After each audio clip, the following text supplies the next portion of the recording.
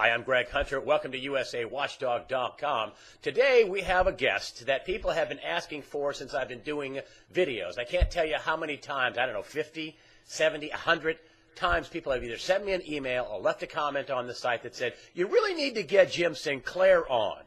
And, you know, Jim Sinclair travels internationally. He's in and out of his office all the time. And finally, we've gotten Jim Sinclair of JS Mindset, Mr. Gold. Jim Sinclair, thank you for joining us today on USAWatchdog.com. Well, thank you, Greg. Just going to give you a little more introduction. You're a published author. You've written books. You have traded derivatives in a darker period in your career, as you said. You've owned brokerage houses. You are a big-time investor. You own a mine or mining concerns, the Tanzania Royalty Exploration Company. Is that right? That's right. Okay, and you know, so you are, they call you Mr. Gold. You are an expert on gold, and I just want to continue this introduction just a little bit longer. I've done some research on you, and you have made a couple of monster calls in gold. In '74, when gold had gotten up just, you know, about $160, $70 an ounce, it hadn't quite peaked in '74, peaked in terms of it in that time. You said that gold would go to around $900 an ounce by 1980, and sure enough, it did. Now, with that call, you had a terrible fall-off from around $200 down to $100 an ounce, and it took 3 years to get back to $200. But your call that it would be about $900 an ounce, I think it was $887.50 in the intraday high, big call. Call number two. Let's fast forward to 2000, about 2002, and gold was in that year, and I don't know exactly when you made this call, but you made the call in late 2002, and gold was trading for about $360 an ounce, and you said on or before January 14th, 2011, it'll be $16.50. Well, it took until June of 2011. I think it was $15.80. I mean, you know, you're hitting the red there. Maybe not exactly in the middle, but you're in the bullseye. And it did hit $16.50 just a few months later in the summer of 2011. Now, here we are again, and you are out here. And before we make any calls, I just want people to understand, and this is a long introduction, I'm sorry, but I'm so excited to have you. I just want people to understand the fundamentals of gold. I just want to go back to the fundamentals of gold. Why should people own gold, physical gold? Well, the reason is simple. Gold is insurance. And what it insures you against is everything that has to do with the confidence in which gold, the currency, is traded, the dollar. So all of this debt situations, even NASA's spying on our allies, anything that can affect confidence in the U.S. dollar is hedged by, insured by gold. The combination is debt, dollar, gold. That's the influencing items that all come down to confidence. And confidence lost is a currency event. And hyperinflation, that which I expect, is not an event economic. It's an event of a currency losing confidence in a very short period of time. And you think we're headed for some sort of hyperinflation. A lot of folks, John Williams thinks that. Eric Sprott was talking about just recently a collapse or hyperinflation. You think the dollar gets hammered? I think the dollar gets hammered. I believe that we are headed for hyperinflation, but it's important for the audience to understand that in every period where hyperinflation has been part and parcel of an economy, business was terrible. Everyone thinks that inflation has something to do with demand. They don't recognize that you can get a cost push effect, costs higher, because currencies go into disarray or lower. It's a currency event or loss of confidence in the dollar, which is going to result in a hyperinflation that gold will, without any doubt in my mind whatsoever, gold will insure the investor against. And, you know, some people have written me, and just recently I had somebody write me, and I tell them, they say, oh, they're worried about the price. If I buy it now, could it go down? Did I already miss the train? Did I already do this or that? And, you know, I got to tell you that I'm not a trader. You are, and you have been, and you know people who do it well, Dan Norsini. I'm not a trader, but I just tell people that, you know, it's really kind of an insurance policy. How do you tell somebody that that is a gold holder that right now is a good time to hold gold because of the the situation that we're in, or if you bought gold, don't sell gold. If you bought it at a higher price, at 18 or 19 or 1,700 bucks. Very simply, how do we know that tomorrow isn't the day or the day after? We have so many things, Greg, wrong in the economy, so many holes in the dike, so many fingers stuck in the dike to try and keep it functioning, that any one of those would create, 10, 20, 30 events that could create significant loss of confidence? Nothing has changed. Things have gotten worse. Derivatives haven't gone away. They've grown. Debt hasn't gone away. It has gone up exponentially.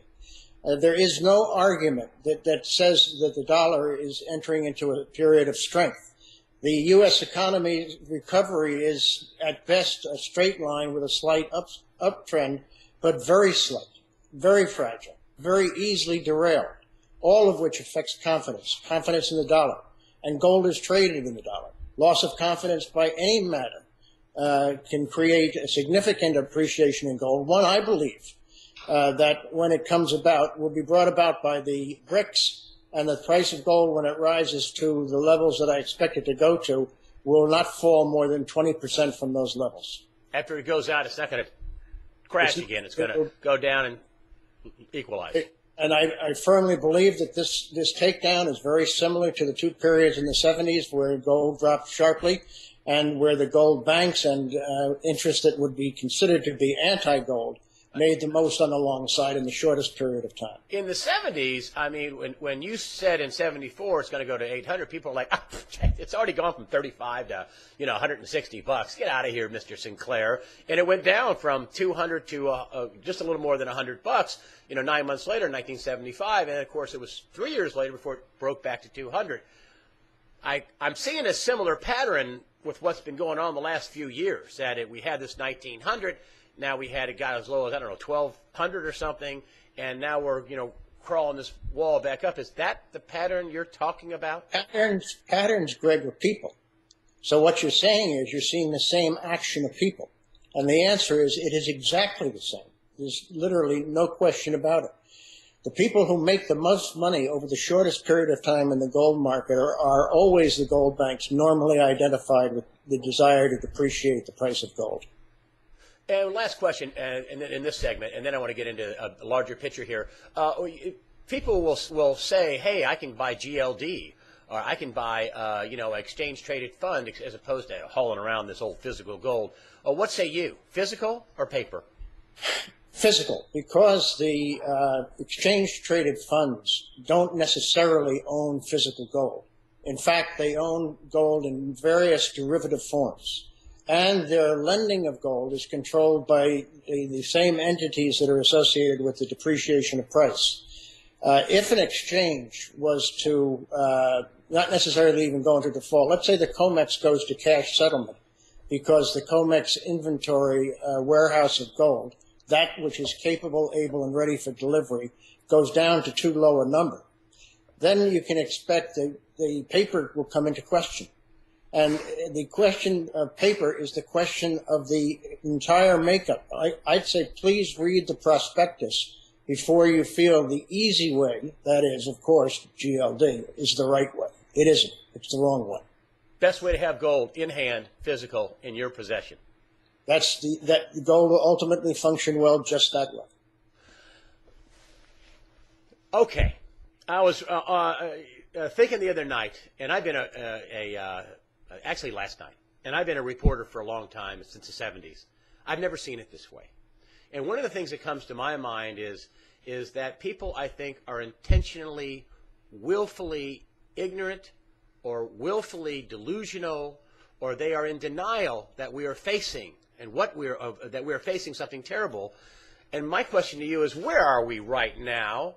What are we facing that people are just refused to look at? We're facing the annihilation of currency. We're facing the shift of America as the leading and most influential nation in the world to some form of a banana republic. We're facing, if we lost our strength in military, into being a second-rate country. In the banking industry, we're facing the possibility of a bail-in rather than a bail-out. On the individual level, if it wasn't for food stamps, we'd have long lines waiting for free food. If it wasn't for the fact that we educate every night when we watch the evening news or when we watch the financial TV, that education says to us that everything is okay, that a bad figure was unexpected, and that the spin that's put on even negative figures is a spin that would give you confidence that there should be some recovery in the future. The figures that we're looking at are figures that have been so massaged since 1970 that I would suggest it would be hard for inflationary indices to show inflation, that it would be very difficult for the normal indices we look at that tell us the condition of the economy to be seen, as Mr. Williams lets us see through his eyes, in the true condition they are. We are in a decelerating recovery, which by definition, economically, is an accelerating recession. You are boldly going around the world and telling people to get out of the system. Get out of the system. And surely one of the things you're warning people about is what you just mentioned, bail-ins. And I know the IMF widely reported that the European Union, I should say, I think the IMF laid this out, but there's been a plan laid out to start in Europe, and I can't imagine this wouldn't go around the globe, that they would take a percentage of people's net worth, including equity in their homes. Tell me about this, and why are you telling people to get out of it? First, why are you telling the people to get out of the system and bring in the bail-in question? Because legally, the money that they've deposited in banks, and this is the proper legal definition going back to 1850 in British law, but also in U.S. and Canadian law, it says very simply that if you put your money in a bank, you're an unsecured lender to that bank. Unsecured lender. That's not even as good as a bondholder. So the lenders are going to take the brunt, not the taxpayers, is how this will be packaged and sold. The problem is the lenders are the people watching this program. The lender is the person who holds what he thinks or she thinks is money in the bank. That is their asset. The moment you put the money in the bank, it is no longer your asset. It becomes an asset of the bank, and you become an unsecured lender. Now, the IMF proposed one more very important criteria for the bail-in, the recent bail-in, and that was that retirement funds are to be nationalized. After that, we've had retirement funds nationalized in Russia, where the Russians say they will pay back someday, and we've had retirement income nationalized in Poland, where there has been no comment on any type of payback. The IMF seems to be the center for all change that's taking place. Ms. Lagarde seems to be the voice of change in the banking system, which will put the onus of rescuing banks on the depositors and the bondholders, that the onus now is on the people watching this to come up with the losses, which if you'll take everything into consideration, in Cyprus, was a total of 83% of the assets, because when you get back worthless bank shares in a worthless bank corporation, you can't count that as money. And when you have a blocked deposit, which you've got to keep in the bank, you can't take out X percentage. You can't call that money. All you can call money is the check that is actually paid out to you. The loss was catastrophic. And the period of time when this was all being put into place in Cyprus, how did a farmer pay for the feed for his animals? How did a storekeeper pay his suppliers? How did a manufacturer pay his employees? How did a husband give a wife money to shop when all you could get was 200 euros?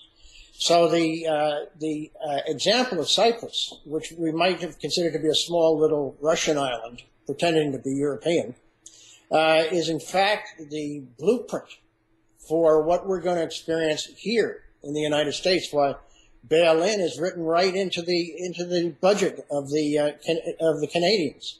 It's written right into law in the Netherlands. It's written into law that most people haven't looked at. It's in white papers signed by the United States and the Bank of England, by the FDIC in the United States and the Bank of England. It's sitting there in BIS papers. People only have to look and see that they're in harm's way. Now, if you're in harm's way, how do you get out of it? You step to the left or to the right. So GOTS, or get out of the system, says if you sit there with your deposit in the bank, with all of your money with your broker, who are banks now in many cases, and these banks and institutions which took aid from the government, most likely the ones to blow up again, in fact do blow up, that your account, Greg, at your broker, your bank account at your bank are going to be hit for the amount of funds, and that it may even be extended to equity or profitable positions. And for anybody who doesn't think this can happen to America, the people who think, oh, that's over in Europe or Cyprus or Poland or Russia, that would never happen to America. I mean, according to the FDIC, we have excess of $10 trillion on deposit. And there's no way that the FDIC can insure that. They got something like $33 billion in the deposit insurance fund, the DIF. The insurance, you're saying the government's not going to ride in and make everybody whole. They're not going to print that money. If they did, if they did print that much money, it'd be disaster, wouldn't it? The government is not going to make everybody whole. We're going to make the banks whole for their violations of good common sense, speculation, bonuses, high salaries, and the new rich of the world. And it's not the taxpayer; it's everybody, even if you didn't pay taxes and just had a deposit in the bank. And it's coming, and it's coming. It isn't coming isolated in the United States. To quantitative easing, I'm watching the Business Channel yesterday, and they have Steve Leisman on talking about now if they're going to taper in the middle of 2000. That's the consensus. They're going to taper in 2014. And back to another one of your calls, back when they first started QE1. And I didn't even know you then. It was after the meltdown of 2008. And back when they first started QE1, you came out and boldly said, "Oh, when they start this, they're going to QE to infinity. This is never going to stop. This is not going to stop." And sure enough, when I first heard that, and I'm sure everybody thought what I thought, that, "Oh, come on, they're not going to just keep printing money, are they? Come on." Well, the answer is yes, Greg. QE1 turned into QE2. QE2 turned into Twist. Twist is where we are now, where they keep saying, we're going to taper it. No, we're not. Yes, we are. No, we're not. And what is your view of QE? And, of course, this is going to dovetail into my next question about gold. They're not going to stop. They're going to QE to infinity. But what's your definition of infinity? It can't go on to infinity, obviously. Now, what is the limit to QE? QE is limited by the condition of the U.S. dollar. What is the U.S. dollar tied to? Confidence. What is confident? What would happen if there was a loss of confidence? A higher price for gold. Clearly, we're not going to bring down the debt level. The economy is not in a bold, sustainable recovery. Europe is not in a bold, sustainable recovery. We are in a situation which is as bad or worse than 2008. And we've got so many figures and so many dikes that it would only be a miracle if it held together. A recognition of anything that affects confidence takes every finger out of the dike and brings in a situation as a multiple of the problems we went through in 2008. Move on to my next question here, and that is what you said about the price of gold. And we're talking about a big spectrum call here. We're not talking about trading and trading an account because, as you said, trading gold is like trading your insurance. You don't want to trade your insurance, correct? And you're up against the smartest minds in the world, and it's an inside game, and unless you're on the inside, you can't play the game. So the best way anybody could do is go buy it, get it, possess it, and hold it. And no margin, no borrowing on anything gold shares, GLD for that matter, no margin whatsoever. You said something that I thought was profound you said a lot of things that are profound on jsmindset.com, and that is that gold is going to go up. This is not speculation. This is policy. It is definitely. You take a look at China importing hundreds of tons of gold this year alone. They're the biggest, or if not, one of the biggest gold miners in the world. They sell none of it.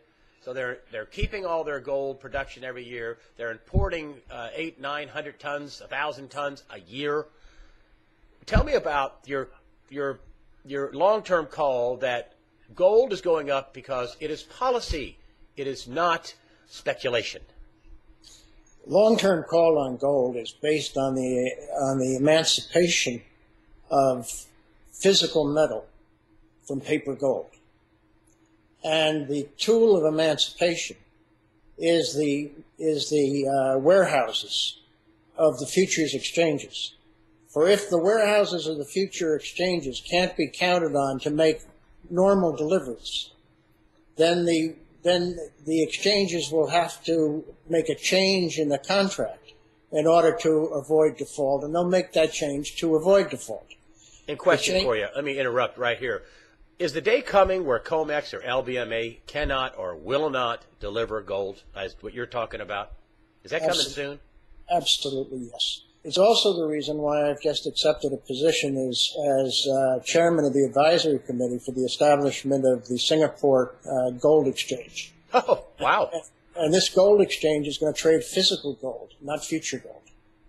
And we're basically trading a spot contract only, because the emancipation of physical gold from paper gold will allow a true valuation to be made. You can't come in. The way manipulation is done, and Greg, I've done it.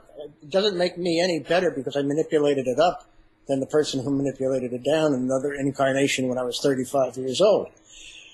But all you do is you come in and let's say you wanted it up. You bid for a year's production. Nobody's got it. Nobody's going to sell it to you. They run like mad to buy it from each other. Up it goes. So today they take it down by offering 2 or 3 years production in periods of time when there's very little liquidity. That's where you get these straight line downs from. But you can only do that with paper. You can't do it with the physical. So, because you have to make delivery. The Singapore Exchange, under my chairmanship of the advisory committee, will give cash 3 days and gold immediate. So in other words, nobody can come out and say, yeah, I've got 5 million ounces of gold to sell. We'd like to sell it today on the exchange. And Singapore Exchange is going to say, great, bring it out here. Let's see it. You got 5 million ounces? Yeah. Fantastic. Put it right here on the floor because we're going to deliver it today. Or put up the money it represents and deliver in 3 days. Yeah. Okay. So there's going to be no more naked short selling. No more of putting your thumb on the price, and likewise with it going on the upside. Likewise on the upside. You want to buy it? Great. Where's your money? Yeah, we'll deliver it to you. This type of exchange is taking place in Russia. They're starting a cash exchange on the Russian stock exchange, and there are 5 different locations around the world. Of course, I happen to think Singapore will be the leading one, but I'm a bit prejudiced there. Now, the emancipation, that is the event of emancipation of physical gold, the price finding mechanism from paper to physical. Now, physical gold will be much easier to hold price. Physical gold will be much harder to feign supply. Physical gold will be a product of gold taking its proper position as a value. In other words, everything against a value. That's what a standard was. That's what a standard is. So now the countries like China, and if you took a pencil, say you took a green pencil, and you went on, took the entire world, and you filled in all the places in the world which are now valuing their gold at the market price, not at this assumed 42.22 that the United States believes, you'll find out that half of the globe now is valuing their gold at market price, including the euro. So gold will be worn like a necklace around the neck of currencies that run their business correctly, who have the surpluses required to buy gold. And the value of currencies will be very strongly influenced, but not by automaticity, but influenced by the amount of gold held. That's why China's buying so much. That's why Russia's buying so much. Now, in 2016, where I see the first attempt of the Great Reset after the Great Leveling, I suggest that the BRICS will make this suggestion, and it will be ignored by the United States. By 2020, the Great Reset will be in place and probably claim to have been the invention of the West. That's when we start as we were back in the 50s again, going into great long-term industrial, agricultural expansions. So that's value 32 to 3,500 before the Great Reset. After the Great Reset, I've got to leave that up to other people. When is the Great Reset? What is that going to look like, the Great Reset? Is this the bail-ins? Is this the taking the pension funds, 401ks? Is this the dollar dropping? This is the Great Leveling? That's the Great Leveling. In other words, we've had the Great Flushing. That was Lehman Brothers. The Great Flushing was Lehman Brothers. The Great Leveling starts next year and will involve everything you just mentioned. Well, explain to me what the Great Leveling is. Well, we can't have a middle class sharing the income with all the rich people. So you've gotten rid of the blue-collar class. It doesn't exist anymore. Go out to Detroit and try and find it. So functionally, let's say functionally, it doesn't exist anymore. So now it's time to take out the relatively comfortable white-collar guys that are making a decent living working for the corporations. Involving that would be a peak in the stock market. Involved in that would be higher interest rates forced by the market, forced by a loss of confidence in the U.S. dollar, more so than a supply of treasuries for sale. Part of that would be the bail-in, because all of what the first two mentioned will uncover the bank's weakness in the black hole I told you about that's not accounted for, because the gatekeepers of accounting have declared it to be a accounting function that can be used. So after the Great Leveling, which should be 2014 through 2016, the BRICS, which have been accumulating gold and who have fundamentally better economies through the miracle of being able to bring people into a consumption function that up to now are peasants that had nothing. We're not consumers in any sense. This is the great miracle, where you bring in millions upon millions and billions of new consumers.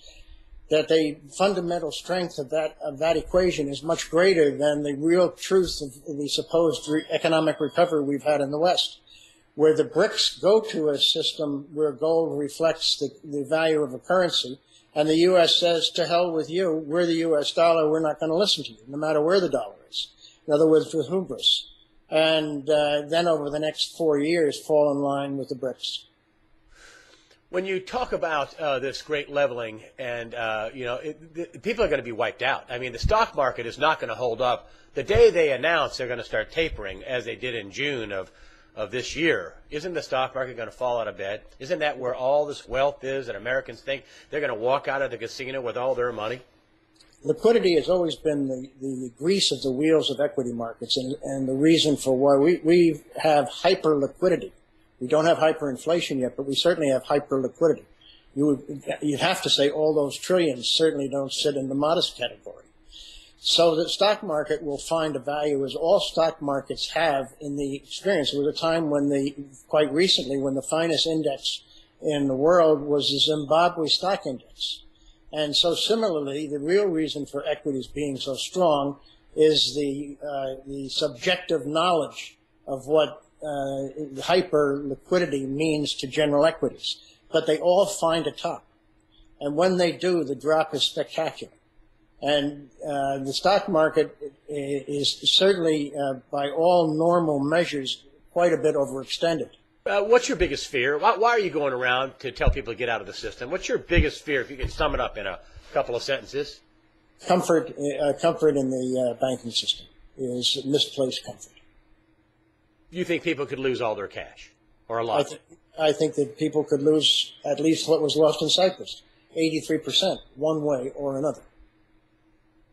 And this is my last question to you, because everybody's waiting for a big call on gold. I pumped you up at the beginning.